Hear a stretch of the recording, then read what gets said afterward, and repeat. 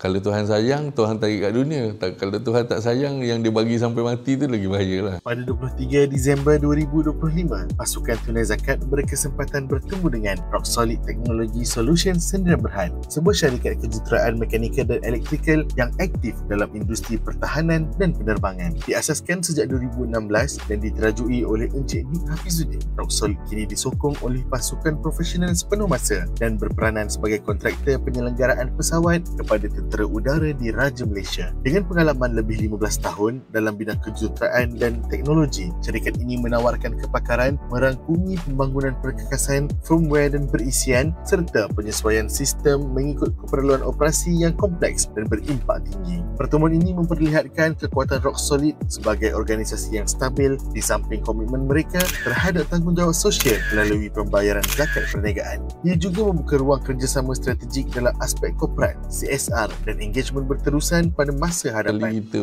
tak buat benda yang Allah suka dengan yang Allah suruh ni, especially zakat, sembahyang apa semua lah, ikut Islam tu kan, tak lama lah. Maksudnya akan satu tahap tu Tuhan tarik balik. Kalau Tuhan sayang, Tuhan tarik kat dunia. Kalau Tuhan tak sayang, yang dia bagi sampai mati tu lagi bahaya lah. Ingat zakat, ingat tunai zakat.